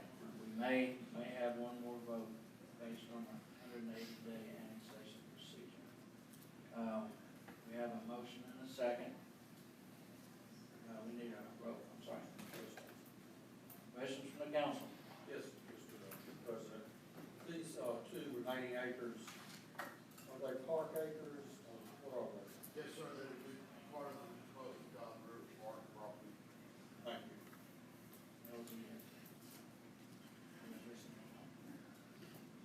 Any other comments or questions from the council? From the audience? Madam Clerk, please call the roll. Mr. Green? Aye. Mr. Lyden? Aye. Dr. Middlebrooks? Aye. Mr. Archie? Aye. Mr. Posey? Aye. Mr. Shaw? Aye. Mr. Smith? Aye. The motion, the ordinance is adopted. Item 19 is a motion to approve ABC application, restaurant retail liquor for, once again, Florida Talone, DBA Johnny Brusco's New York Style Pizza, 2341 John Hopkins Parkway, Suite 117. This is a new application for a previously approved site. Shaw. Mr. President, I move to approve the application. Second. We have a motion and a second. Any comments or questions from the council? Any from the audience? Hearing none, all in favor say aye. Aye. Those opposed, nay. The ayes have it. Item number 20, motion to approve ABC application restaurant retail liquor for Jones Enterprise, Inc., DBA Sumo Japanese Steakhouse and Sushi Bar, 151 Main Street. This is a new applicant for a previously approved site. Shaw. Yes, Mr. President, I move to approve the application. Second. Motion second. Any comments or questions from the council? Any from the audience? Seeing and hearing none, all in favor say aye. Aye. Those opposed, nay. The ayes have it. Next, we have a public hearing to consider the request of MD Alabama LLC representing Branch Inverness Associates LP for conditional use approval to allow for the sale and consumption of beer and wine at Metro Diner to be located at 185 Inverness Plaza. The property is owned by Branch Inverness Associates LP and is zoned PC Planning Commercial. Anyone here to speak? Council or from the audience? This is a public hearing. Seeing and hearing none, Very John, close. I'll take that motion. Yeah, move to approve the ABC application for MD Alabama LLC. Second. All right, we have, this is for the conditional use. Is that what your motion for? Yes. All right. We have a motion, second. Any comments, questions from the council and from the audience? Seeing and hearing none, all in favor say aye. Aye. Those opposed, nay. The ayes have it. Next is motion to approve ABC application for MD Alabama LLC DBA Metro Diner. Yes, Mr. President, I move to approve the application. Second. Got a motion, second, any comments, questions from the council? The audience? Hearing none, all in favor say aye. Aye. Those opposed nay, the ayes have it. Item 22 is to set public hearings for Monday, October 16, to consider the following requests that were approved by planning and zoning at their 9/11 meeting. Item A is SB Development is requesting conditional use approval to construct a park and community amenities on lot CA7 of the Lake Wilburn Phase 2 subdivision. Property is owned by PR Wilburn LLC and is zoned PR1 planned single family. Item B, Sandra Owens, project manager and authorized agent for Circle K Stores Inc.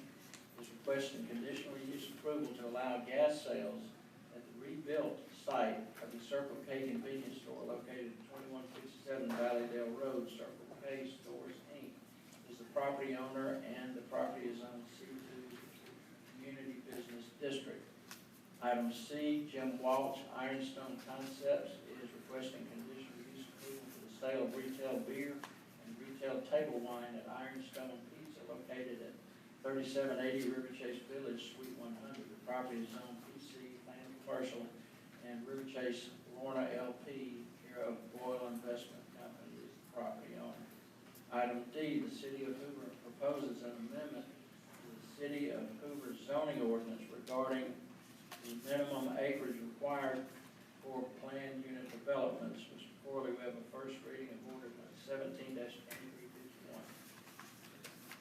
Yes, Mr. President, this ordinance amends the Hoover Municipal Code, specifically Chapter 2, Article 12, Section 2-2, which establishes the planned unit development area requirements from a minimum of 75 acres to one of the minimum sizes based upon use as set forth in the ordinance.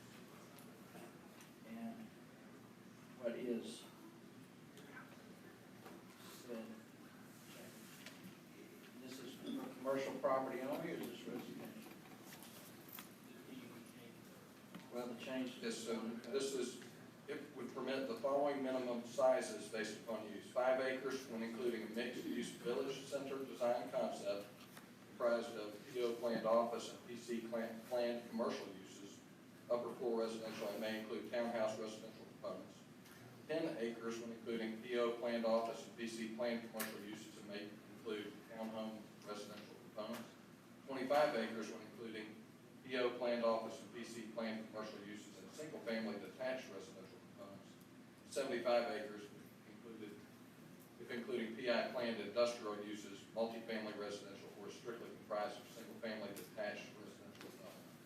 I ask for that because it is my policy that information be provided at the first reading so the public has an opportunity to go back and study this information and form their own opinions of whether or not they have questions for the second reading.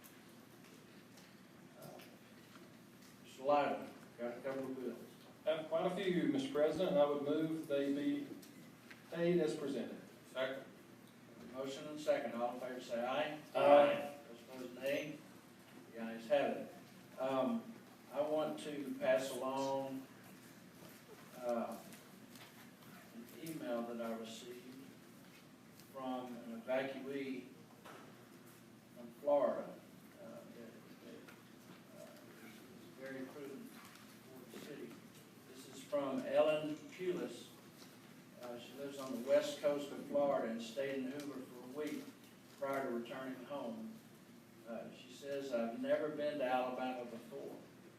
I may get to Florida, not get to Alabama. But I found people in Hoover to be so kind and compassionate.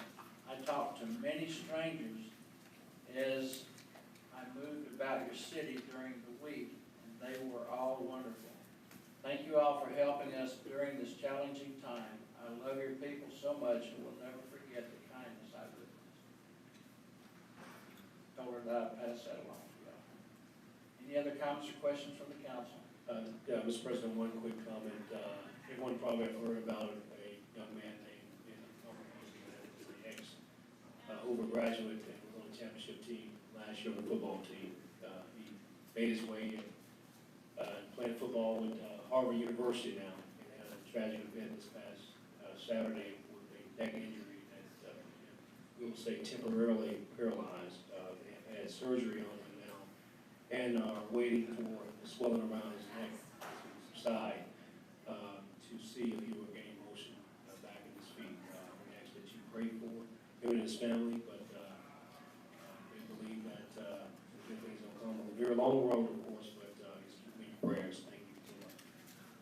Any other comments, questions from the council? Yes, Mr. President, quickly. I see Mr. Singer here. I know in light of, with the Historical Society, I know in light of the actions earlier, Historical Side, depending on what happens at that facility, you'll have quite a bit of stuff at the facility. Mr. Mayor, I would suggest if we can help out in any way with a location for some of these present displays and some of this stuff, where it would be seen by a lot of either at the safety center or maybe even out of Findlay or something, where that could be moved to in the event that it needs to be moved. I think that they have some really cool stuff there, and I think it'd be good to put it in a place where the public can see it, where visitors can see it. Probably gonna have to move a lot of cabinets as well. Any other comments, questions from the council? The audience? Mr. Singer?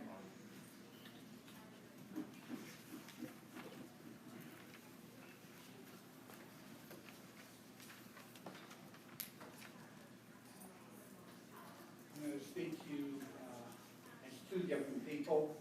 And first, I'm going to speak as president of the Hoover Historical Society, 571 Park Avenue.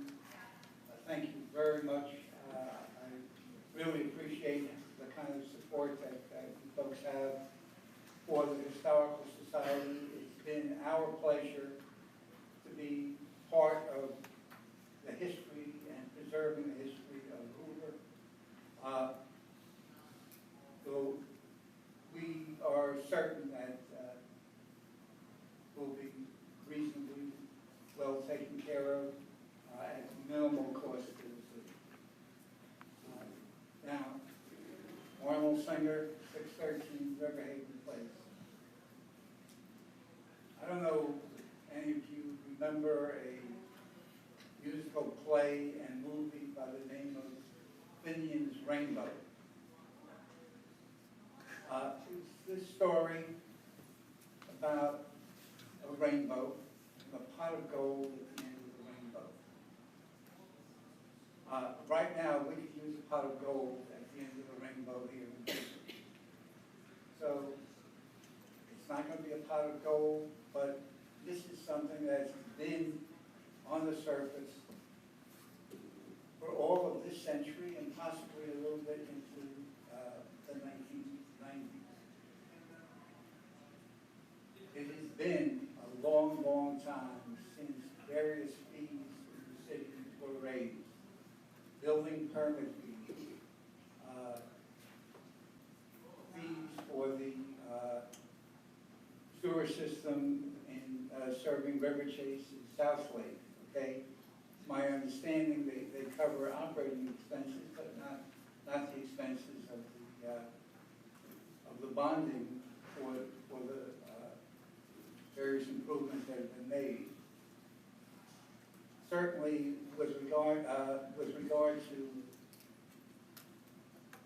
the building fees, it's easy enough to check to see how much behind we are compared to other municipalities in our area, and I feel certain that it's the kind of thing that could be adopted well before the end of the year, and could certainly help with regard to the budget.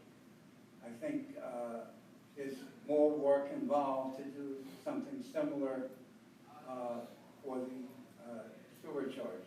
But please consider that as you work to close the budget. Thank you. Any donations are gladly accepted. Okay. Anything else from the audience?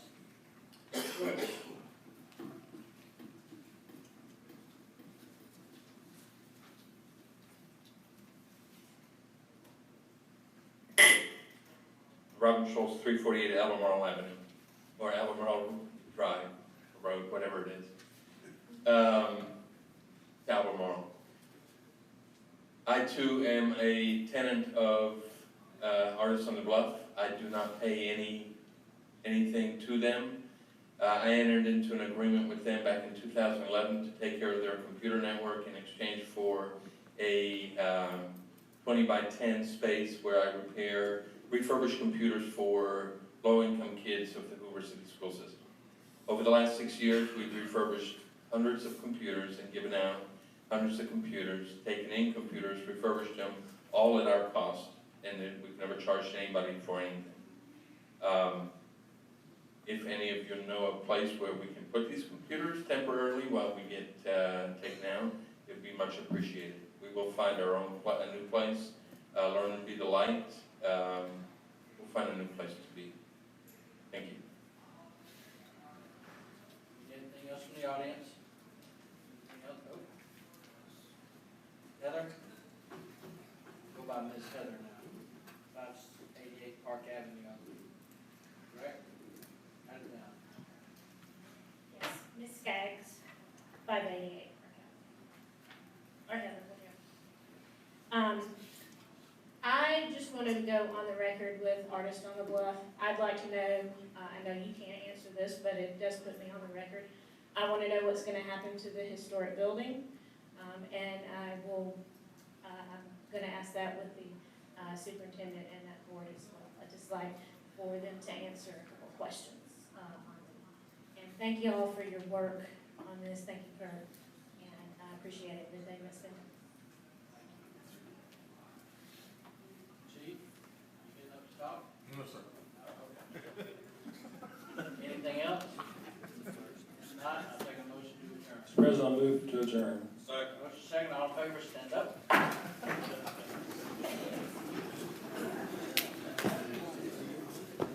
Good deal. Absolutely. Absolutely.